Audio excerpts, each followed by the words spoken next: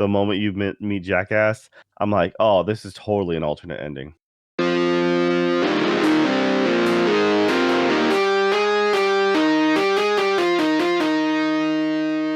Hello and welcome to another Damn Anime podcast. My name is Nick and I will be your host. Here with me is my good buddy Joe. Joe, how you doing tonight? Yeah, doing all right, man. Yeah, just got to finish up the latest episode here, and then also discovered that they just started to dub the series. So episode 1 has been dubbed. Ah, I see. It's good to hear. I need to go back and check out those voices and see how they do. I'm sure it's great. Are you gonna rewatch any of it, or are you just making a note? I actually watched episode 1 Oh, in dubbed. Just it's actually also kind of just a refresher because it's actually been so we're finishing, or this is now episode 8, but because of the time gap that was there, it's been a while. It's been what, 12 weeks now? yeah. Or is it We had 3 weeks, I 11 weeks? think. They replayed the first 3 episodes over do their COVID break. Mm, So, yeah, I just went ahead and rewatched it, and like I remembered, I actually didn't realize Operator 60 was actually already in episode 1. mm. Uh, she wasn't obviously as animated as she was a couple of or the other episode where she's talking about the flower accessory and all that, but it's the same operator. I'm like, oh, okay, cool. I didn't realize that consistency. So Yeah, the happenings episode one are definitely a bit more serious. Maybe she didn't have time to be all bubbly and bouncy as she was in that episode. no, So yeah, all the other units were getting blown out of the sky during that time. So yeah. she has some professionalism to maintain. Yeah, all right. So yeah, like you said, we are on episode 8.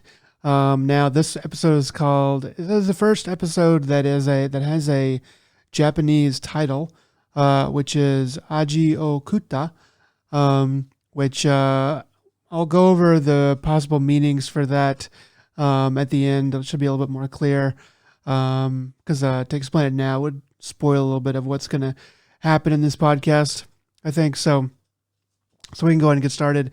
So the episode basically opens with 9S and 2B contacting the commander and asking what the basically the commander says, oh well, yeah, A2 is a bad unit and you should she's killed other units that we've sent after her, and you should you should be careful and stuff like that. And then 9S says, well, like, what did she do? What's the backstory on why she's aggressive against us and why she turned traitor?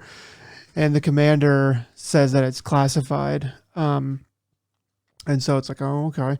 And 9S and 2B are like, oh. And then the commander kind of just moves on, basically hangs up, and then Pascal comes in and says that he knows of 2B but doesn't really have any further information. Yeah, that was a long pause too. It's like you were wondering if he was going to cover for her or not, but then he says, "Yeah, we have her information in our database. You're right. Yeah. She murders a bunch of us, but like our a bunch of the machine life forms, but she's never visited our town, so and that's kind of where they leave it off at." Yeah, he kind of looked at the picture of A2 for a long time, and he has a robot face, so you can't really read it. But the length of the silence is maybe a little bit of a strange thing. So so he kind of goes off, and he's not really seen anymore in the episode. But 9S and 2B go to back to the resistance camp, and they talk to Lily. And Lily seems to recognize A2 as the number 2 unit that worked with her years ago, but doesn't say anything to the others. She only asks what their plan is for A2, and 9S says that they plan to destroy her. And Lily kind of after 9S and 2B leave, so it's right around then that 2B says, "Yeah, let's go ahead and get out of here." And right after they leave, Lily says to herself, "So you were alive." So Yeah, it's actually kind of funny though because you get the vibe that 2B picked up on that, like that she must know her to a certain extent because uh 9S is trying to ask more questions, Right. and then Tubi's just like abruptly like, no, let's just get out of here. Come on, let's go. He's like, you're not reading the room well. You know, Yeah. I feel like she does that quite often with a lot of the things. It's like, hey, you need to cut this out now. Quit asking questions. It's You don't want to know these answers because you're gonna get fragged or something. She does this often enough, and so I'm kind of curious about that. But yeah, they just she just abruptly pulls and he's like, oh, we need to ask other people the questions. So yeah, and that's kind of what they moved on to the next scene. Which they end up running into the twins. I don't remember their names though. yeah. Their names escape me right now. Um, I should know what they are. Um, but dadgummit, that's on. Oh, it's Devila and Popola. But as to which one has the curly hair and which one has the straight hair, I'm a little bit confused. I think that Devila has the curly hair and Popola has the straight hair, but I could be wrong. But yeah, yeah, they're kind of just going on with 2B. You make a good point that with a lot of these things, 2B seems to already know the answer, and with what we saw in the first episode, where 9S's memory gets wiped and 2B is left with the memories. It's kind of like, well, how much does she already know, because maybe they've been through parts of this before, and how much is she just have enough experience to figure out? It's kind of begs that question to me, over and over again. But yeah, so they skedaddle out of there and they jump right over to the red-haired girls carrying some box. They question them a little bit and find that that they don't know anything about 2A, but A2, but they say that Jackass might know, and that she's at the flooded city right now. Um, so 9S and 2B end up going to check it out, but right before they do, before they go, the twins tell them that they might want to not associate with them for their own good, and it kind of shows a little bit over the shoulder shot behind 9S and 2B, and there's some resistance members who are like looking suspiciously at the two red-haired girls, Devila and Popola. So it seems like there's definitely some kind of a mistrust there.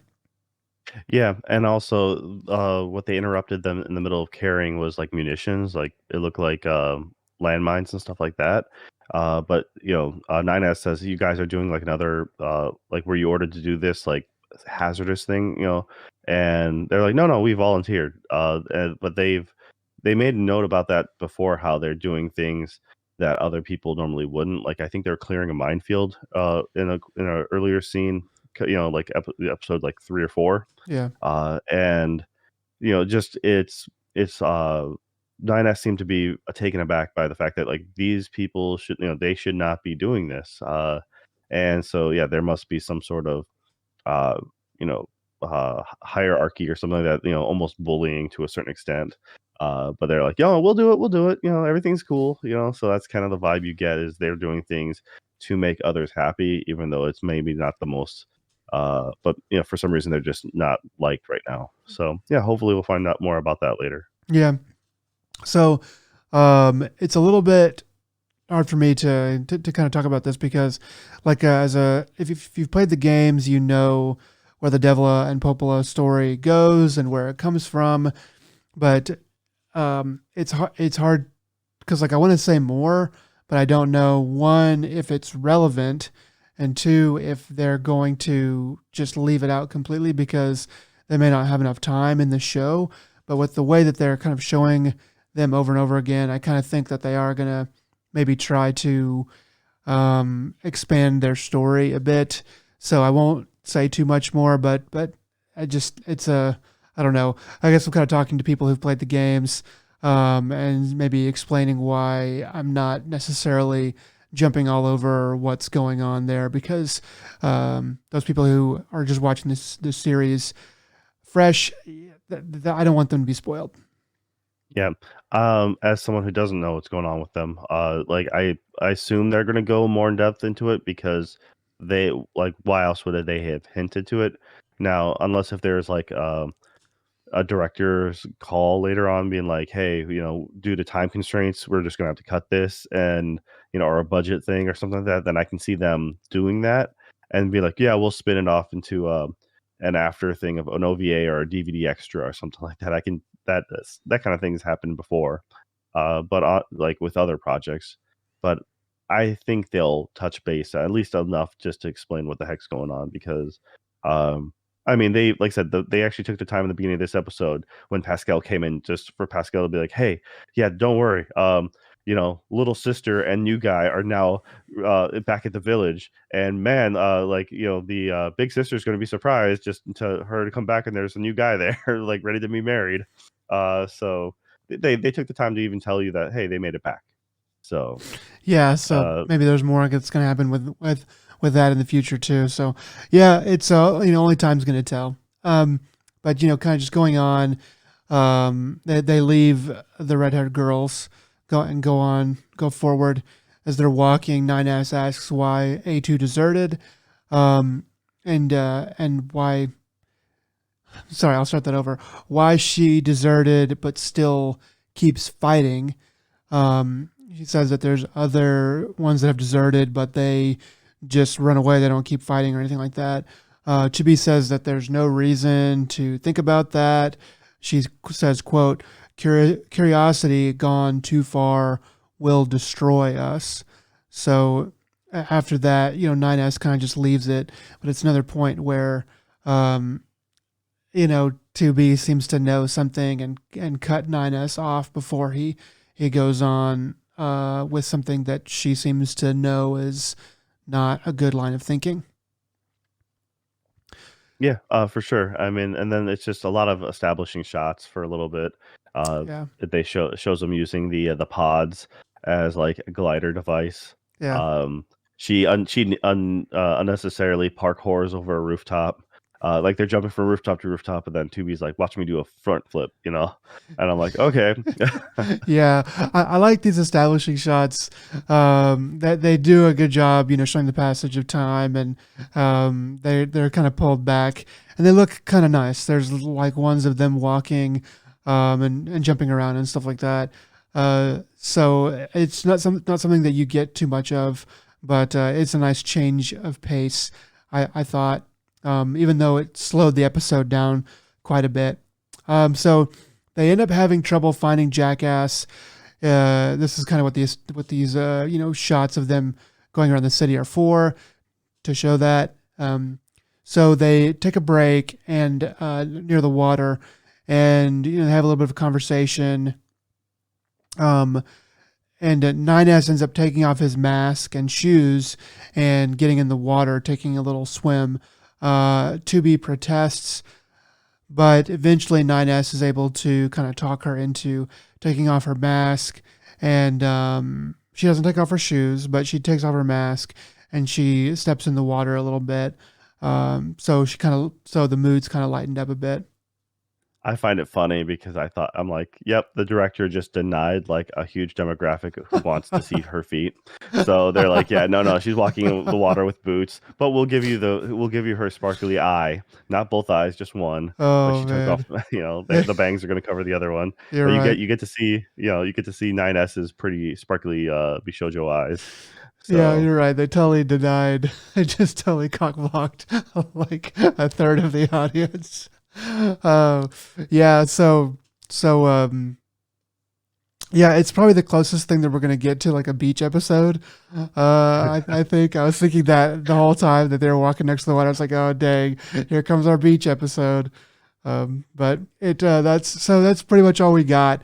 Because they end up putting their shoes and their masks back on, and oh yeah, that's it. So the next thing that happens, kind of while they're playing around in the water, is they find the white flower, the lunar tear that operator 60 asked them for in last episode or the one before that, I forget. And so they find it, they pluck it, and they call her on a video call and show her, and she's very ecstatic and excited, and very kind of bubbly. But she asked for 2B to put it in her hair, and 2B said that it won't stay, so she tucks it into her uniform, kind of in the little like the boob The window. boob window. Yeah, Yeah. in the boob window there, and so yeah, so I think that's kind of pretty much the extent of that.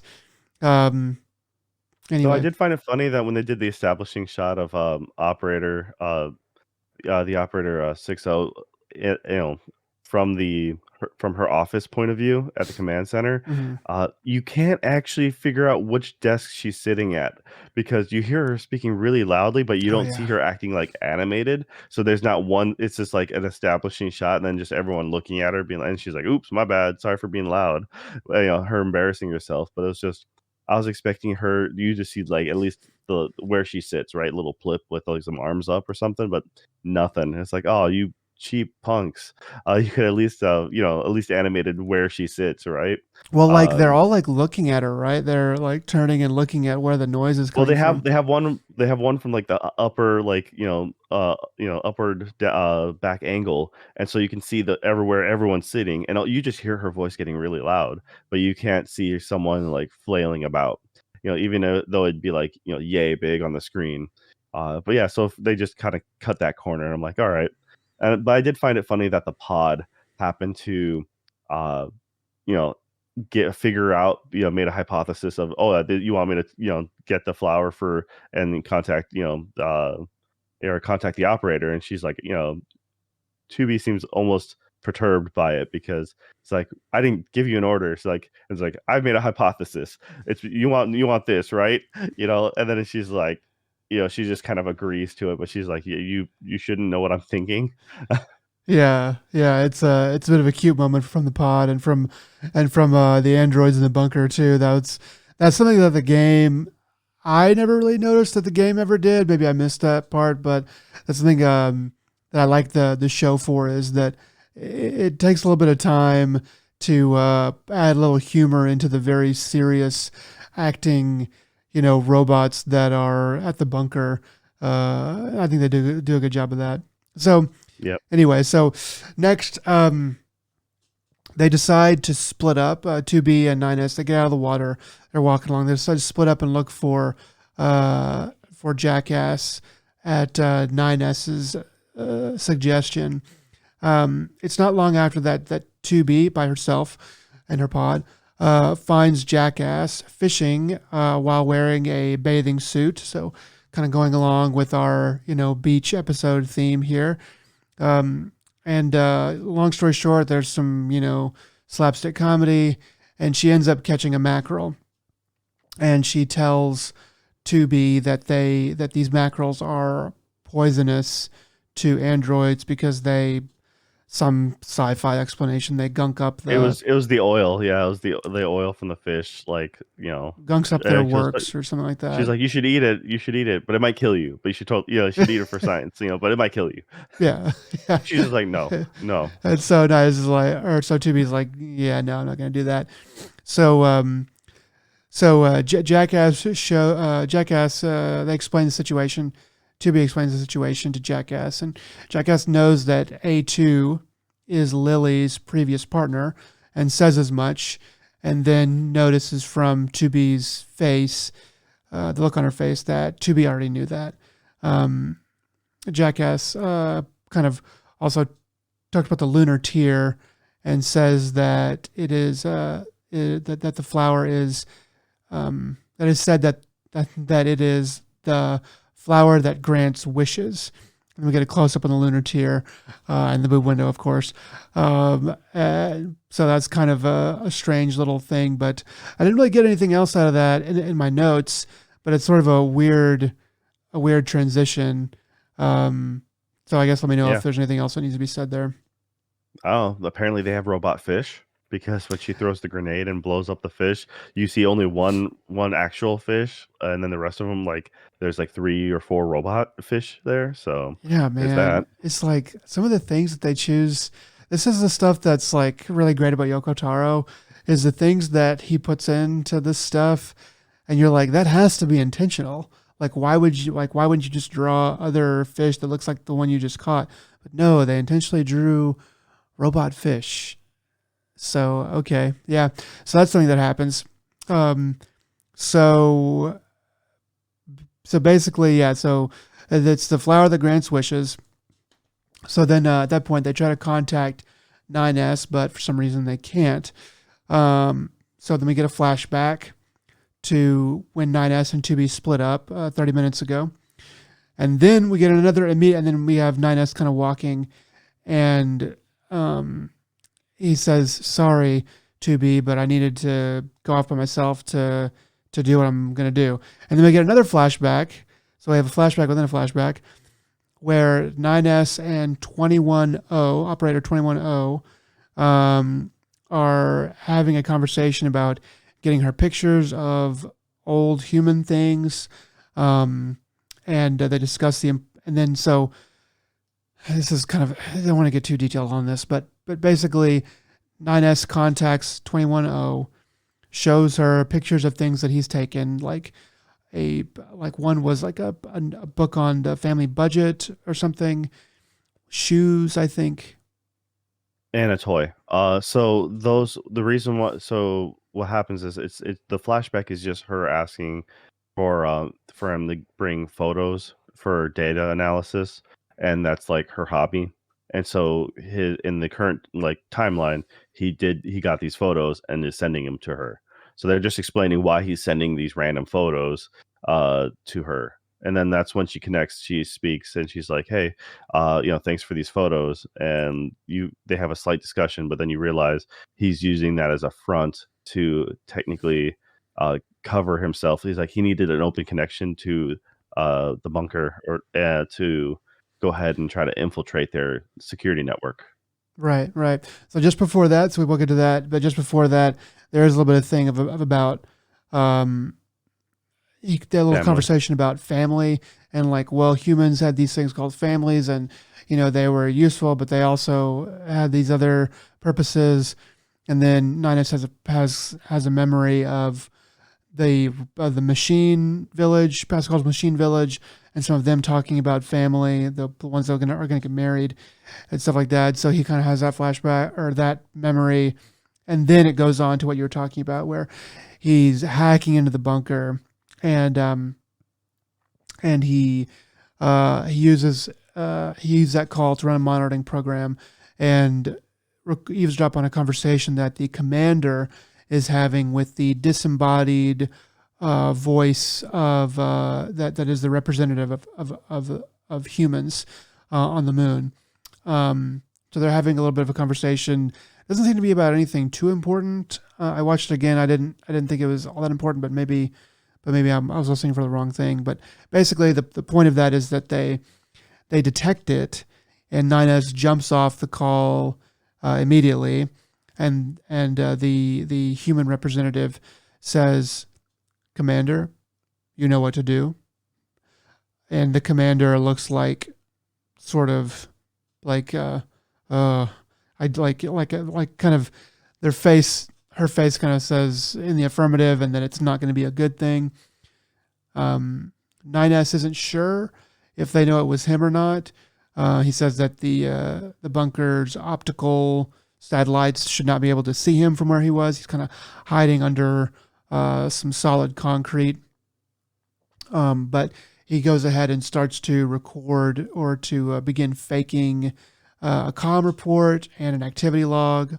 And right about the time he's, I guess, finished with that, a pink ball rolls in out of nowhere. Eh, All right. So the one thing that I remember from that conversation, hang on, we lost you. the Okay, okay, so there we go. the conversation with Commander was the fact that the disembodied voice, or they're essentially having an argument, or as much as they can have an argument. The commander was saying pretty much, so we're just going to leave them to be expended. They don't really say who or what.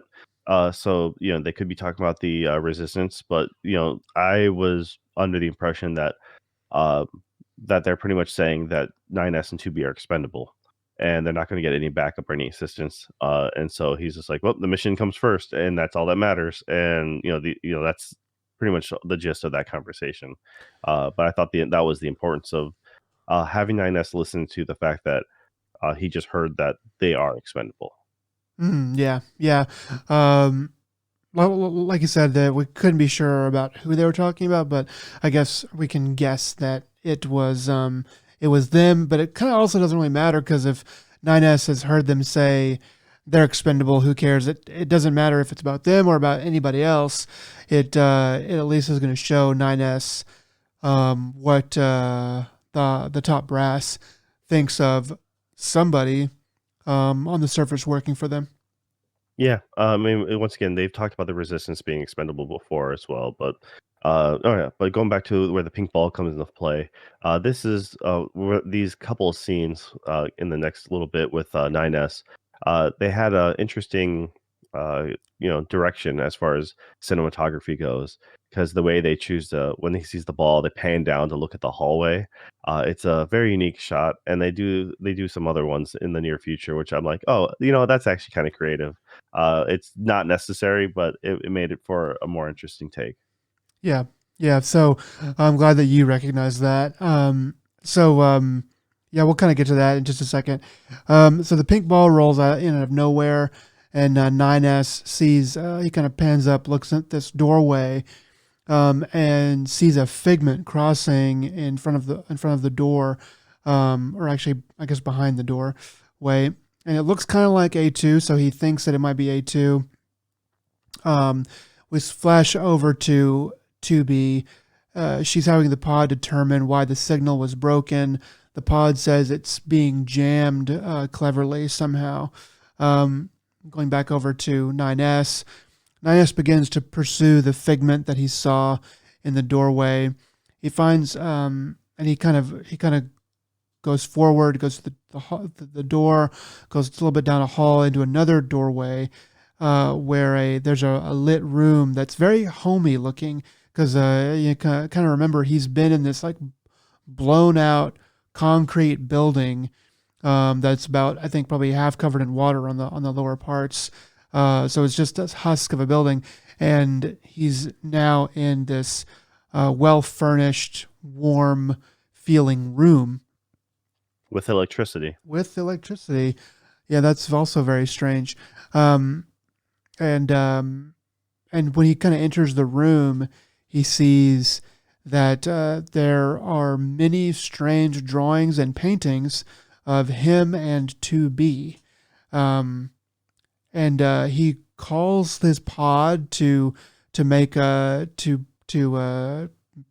try to call 2B or something like that, to do something, and realizes that the pod is gone suddenly out of the blue for no reason, um, and and then he notices another figment that disappears into a doorway at the back of the room that he just entered. So 9S, approaches that door and goes down that hallway, a long dark hallway. Gets a little ways down, and the hall twists and turns in this weird warped sort of way, and then something comes after 9S, and the screen So goes the black. shadow moves in a spiral like formation, because you see like its shadows front and center, and then you kind of see it like spiral around as it gets closer, and it comes right up on him like a horror movie, and that kind of like cuts out right there. Exactly. So, kind of touching on what you were talking about earlier with the way that they decided to shoot this, um, the most of the episode is shot just very plainly, and then this last part of the episode is shot to be like a horror movie. Everything becomes very kind of close in. They're very careful about what they show you. they're showing you only what they want you to see. Lots of things are covered. In the important parts are covered, and you're not really sure what exactly you saw um, as things are moving in shadows. And this is, it's pretty cool. But um, in the first Nier game, there is a whole section of the game that turns into people liken it to like a Resident Evil. It's nowhere near like that horrifying or scary, but the feel of the game in this one part totally turns into a horror aspect. So it's something that Yoko I mean, Taro. yeah, it fits it very well though because he walks in and when he sees a bunch of photos or a bunch of paintings of both himself and 2B, and then you see the most recent one on an easel, fully colored. It's kind of like they gotten gradually better from like simple sketches of their face, very crudely drawn, to the most recent painting where it's them walking into this, the flooded city from the back, and then it's like a very well done finished painting, like oil painting. So the whoever it, like the person who's the artist was obviously only drawing them and getting very good at it. It's like they discovered what drawing was and then quickly got better as through their observance of watching them for who knows how long. Yeah, yeah. So a lot to So yeah, that unpack in that that. creep that creep anyone out, and then of course he keeps on seeing shadows through your doorways too. So Yeah, so a lot to unpack just in that one little like room that was exposed.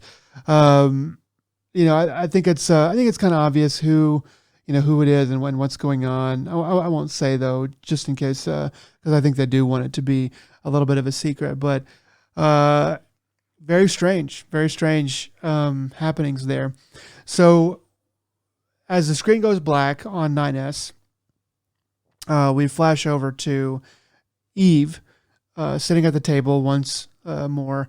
Um, and Adam is nowhere to be seen.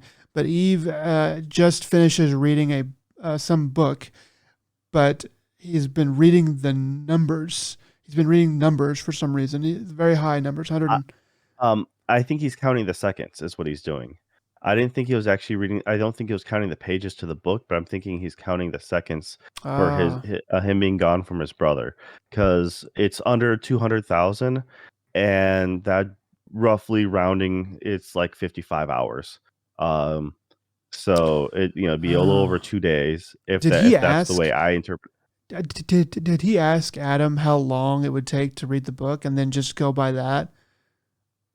He what he did was he said, Adam just said, stay here, read. I'm gonna be back. And so as he's counting, like he finally finishes the book and says out loud, like, "Hey brother, I finished the book," and Yeah, he's just kind of like, then that's when he realizes his brother's like still not back or whatnot, and so he tries to do a search for him. He connects to the network. So yeah. yeah. And then he realizes that he can't find him. Um, and that's where the episode ends. Um, Screen goes black, and the title of the episode comes up.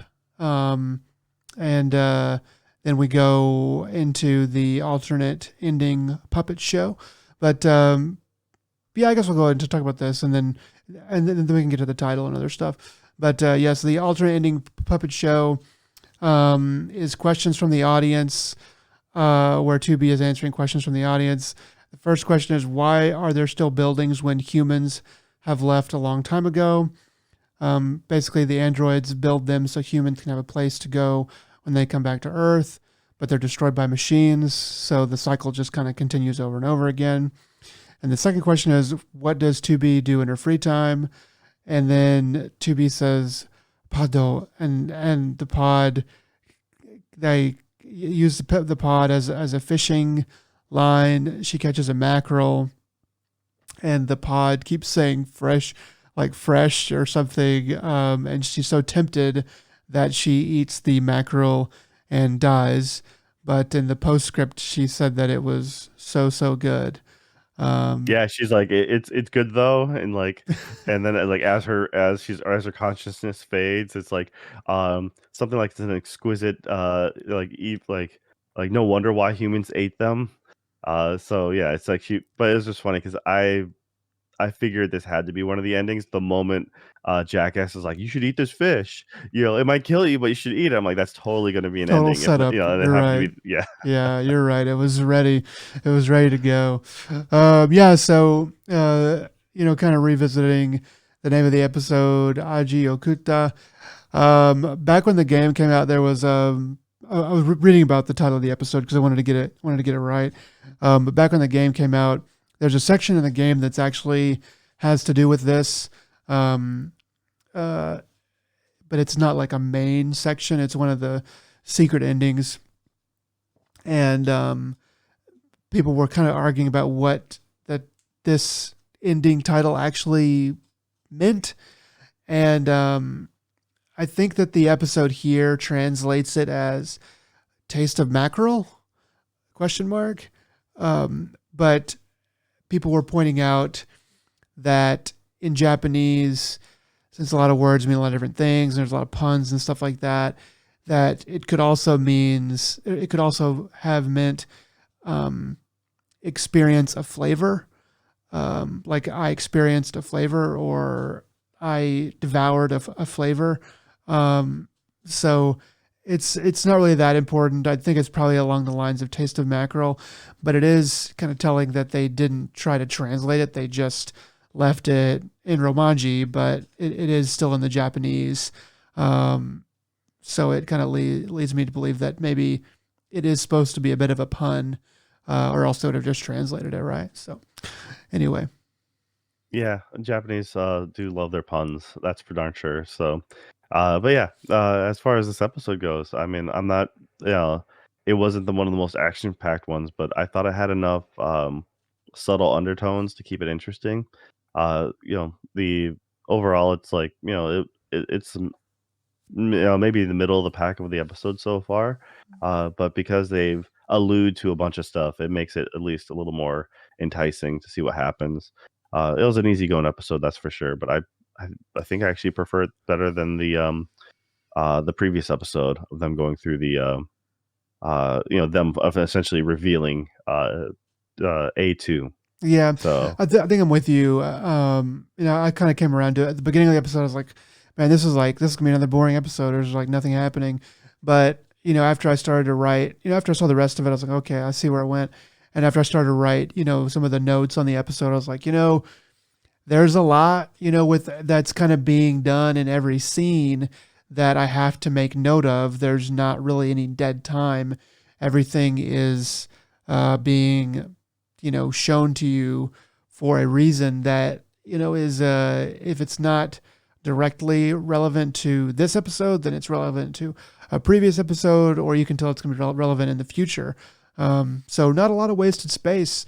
I thought that the some of the stuff with with Jackass kind of screwing around, and then the beach scene was also some of that stuff is just a little bit of filler for the sake of personality and bringing some it's things just to fan life. service, just Fan straight up fan service. service. You're right. The Jackass and the bikini essentially was like, I was like, okay, I guess you got to do what you got to do. But overall, yeah, I thought it was better than the previous episode. So yeah, but still a lot of setup, and I'm hoping that maybe we'll get some more action in the next episode. Looks like 9S is in a precarious position, and we might have another meeting of our protagonist and antagonist. So we'll see. Yeah, well, I mean, 9S is is essentially in trouble both physically at the current state, with whatever attacked him in the hallway, but also from high command. So yeah, And now if that alludes to episode one opening scene, who knows? We'll see. he knows something, and that's when he suddenly is going to be disappeared. It's kind of strange, but yeah. Anyway, overall, I enjoyed it. Looking forward to the next one. But I think that's going to be it for what we have to discuss here about this episode. Thanks for sticking with us, and we'll see you next time. Yeah, guys, take it easy. Bye.